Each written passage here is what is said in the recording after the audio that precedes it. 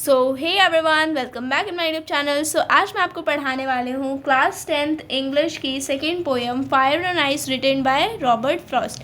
इसके पहले मैंने आपको पोएम पढ़ाई थी डस्ट ऑफ स्नो, उससे भी रॉबर्ट ली फ्रॉस्ट ने ही लिखा था।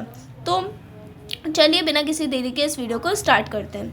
अबाउट द पोएट मतलब लेखक के बारे में। Robert Lee Frost March 26, 1874, January 29, 1963 was an American poet. Robert Lee Frost का जन्म 26 मार्च 1874 ईस्वी को हुआ था और उनकी मृत्यु जनवरी 29, 1963 ईस्वी में हुई थी और वो एक अमेरिकन लेखक थे, कवि थे। His work was initially published in England before it was published in the United States, known for his realistic depictions of rural life and his command of American colloquial speech।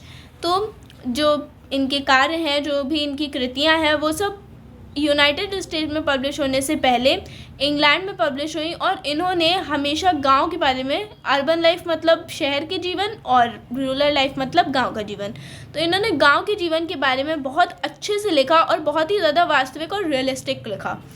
तो Frost frequently wrote about settings from rural life in New England in the early 20th century, using them to examine complex social and philosophical themes।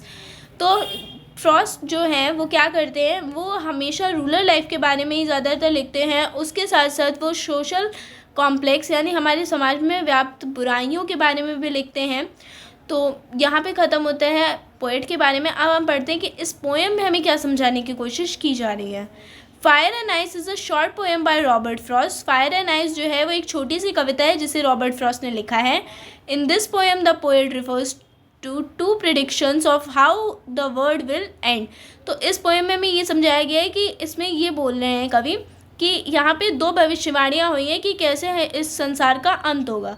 Some say it will end in fire whereas other say it will end in ice. कुछ लोग ये का मानना ये है कि ये जो धरती है ये कुछ लोग कहते हैं कि आग में ख़त्म होगी और कुछ लोग कहते हैं आइस में ख़त्म होगी। According to the poet fire stand for desire, greed, avarice or lust। The more you try to satisfy them, the more they grow and there is no end to it।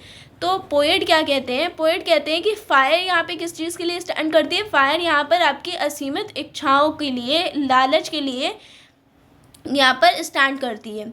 जितना आप अपनी इच्छाओं को satisfy करने की कोशिश करोगे उतना ही ज़्यादा वो इच्छाएं बढ़ती चली जाएंगी और इन इच्छाओं का कोई भी अंत नहीं है।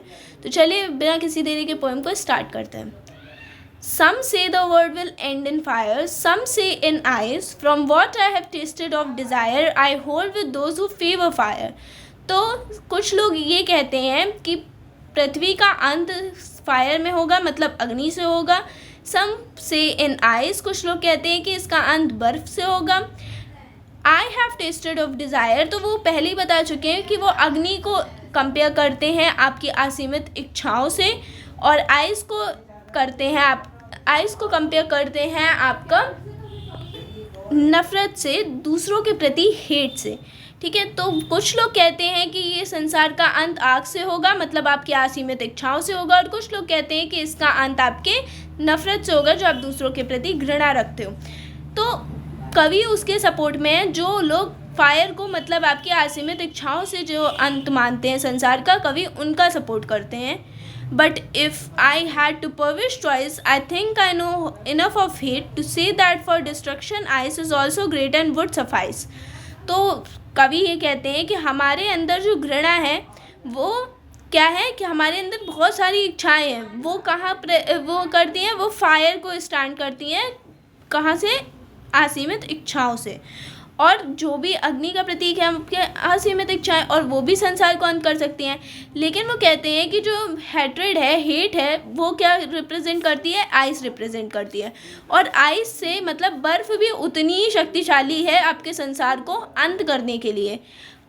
ठीक है, तो इसमें दोनों ही बोथ जो है फायर एंड आइस दोनों ही वर्ड का एंड कर सकते हैं। तो होपफुली आपको ये समझ में आई होगी। समझ में आई हो तो लाइक कीजिएगा, शेयर कीजिएगा और चैनल को सब्सक्राइब करना बिल्कुल मत भूलिएगा। मिलते हैं नेक्स्ट वीडियो में। Thanks for watching.